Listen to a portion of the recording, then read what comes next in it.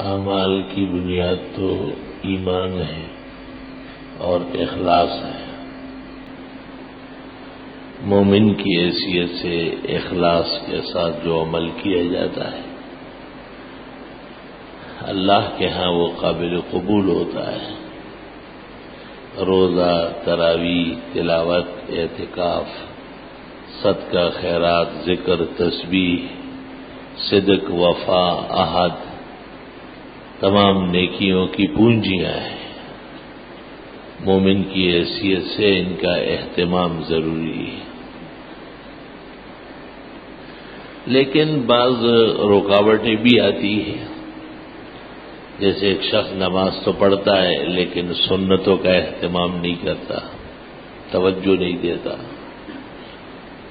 ایک شخص وضو تو کرتا ہے لیکن اس میں باتوں میں بھی لگا ہوا ہے، پانی بھی ضرورت سے زیادہ استعمال کرتا ہے، تو وضو خلاف سنت واقع ہوتا ہے، اس کا حرج ہوگا۔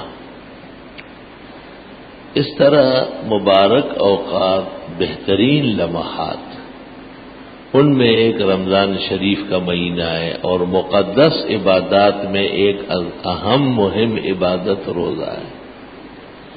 نہایت قابل احترام نمازوں میں سے تراویح ہے، تلاوت ہے، ذکر، تسبیح ہے، نفقات ہے۔ حقوق کا خیال رکھنا بھی ضروری ہے، ساتھیوں کے حقوق، والدین کے حقوق، والدین کے لیے اولاد کے حقوق۔ بعض والدین سمجھتے ہیں کہ ہم بس آل نال ہیں اور ہمیں تو پورا اختیار ہے۔ حکیم الامت مولانا اشرف علی رحمۃ اللہ علیہ نے اس موضوع پر ایک کتاب لکھی ہے، اس کا نام ہے تعدیل حقوق الوالدین، جو بوادر النوادر میں شامل ہے۔ تعدیل حقوق الوالدین، والدین کے حقوق میں بھی عدل ہے، مساوات ہے۔ اس کی ایک مثال دی ہے کہ اگر والدین تنگ دست ہیں تو نان نفقہ اولاد دے گی، اور جس طرح بیٹے پر حق ہے بیٹی پر بھی حق ہے۔ عرف کے اندر لوگ بیٹے سے لیتے ہیں، بیٹی سے نہیں، اس کو دیتے ہیں، لیکن اگر اتفاقاً بیٹا نادار ہے، کمزور ہے، بیٹی متمول ہے، تو بیٹی پر نان نفقہ، والدین کا رہنا سہنا، علاج، معالجہ، یہ ضروری ہو جائے گا۔ جو محتاج اور ضرورت مند والدین ہیں ان کا نان نفقہ اولاد کے ذمہ ہے، لیکن جو خود متمول ہے، اصحاب توفیق ہیں، وہ اولاد سے بغیر ان کی اجازت کے ایک پائی بھی نہیں لے سکتے، ایک ادیل اور دمڑی بھی نہیں دے سکتے۔ جتنے لیا ہے وہ سب ان کے ذمہ قرض اور ڈنڈ ہوگا، اللہ کے ہاں اس کا حساب دیں گے۔ اس میں بڑی کوتاہی ہوتی ہے۔ ایک شخص اعتکاف بھی کر رہا ہے، نماز بھی پڑھ رہا ہے، پہلی صف میں بھی زور لگا کے بیٹھتا ہے، لیکن اولاد کے ساتھ گھریلو معاملات اس کے مناسب نہیں ہے، نہ اس میں بھی اعتدال کا خیال رکھیں۔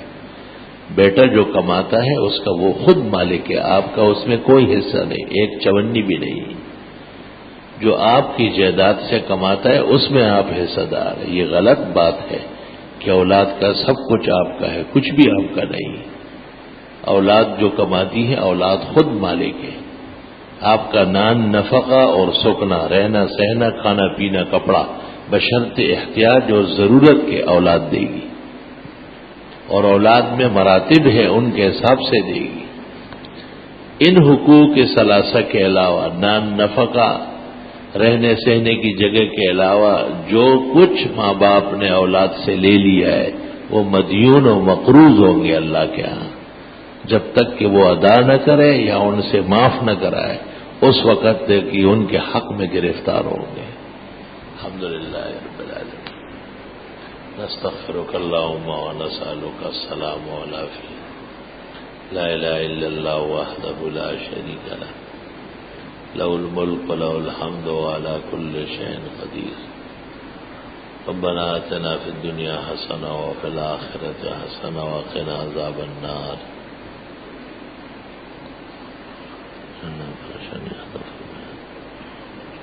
جہان زیب کے والد اسلم قریشی صاحب کا انتقال ہوا ہے۔ دعا فرمائے اللہ تعالیٰ ان کی بخشش فرمائے، جنت الفردوس میں اعلیٰ مقامات نصیب فرمائے۔ رمضان شریف کا آخری عشرہ، شب جمعہ، مبارک گھڑیاں اور مبارک لمحات میں موت ایک اعزاز ہے، ایمان کے ساتھ شرف ہے۔ موت تو ایسے ہی آتی ہے جب ایسے مبارک اوقات میں، مبارک مہینے میں، آخری عشرہ میں، شب جمعہ، لیلۃ الجمعہ اور جمعہ کا دن، گھڑیاں، یہ ملنا خوش قسمتوں کی شان ہے۔ اللہ تعالیٰ مطلوبہ روایات کے پیش نظر ان کے ساتھ احسان فرمائے اور انہیں اور دیگر مردگان کو اعلیٰ مقامات عطا فرمائے۔ بیماری میں اور دیگر تکالیف میں مدت ہاتھ سے جو انہیں تکالیف پہنچی ہے، اللہ تعالیٰ انہیں کفارت الذنوب اور رفع درجات بنائے۔ عزیز و اقارب نے، ان کی اہلیہ نے، بیٹوں نے، بیٹی نے اور متعلقہ افراد نے جو خدمات کی ہے، اللہ قبول فرمائے اور اللہ انہیں مستقبل کی روشنی نصیب فرمائے، صبر و اجر عطا فرمائے، دیگر غموم و ہموم سے حفاظت نصیب فرمائے۔ اللہم اغفر له وارحمہ، اللہم ارفع درجتہ فی اعلی علیہ، اللہم ثقل له فی میزانی وتقبل له حسناتی واعف عن زلاتی وخطیاتی وجمیع بشریاتی واجعل فوق کثیر من خلائقک یوم القیامہ۔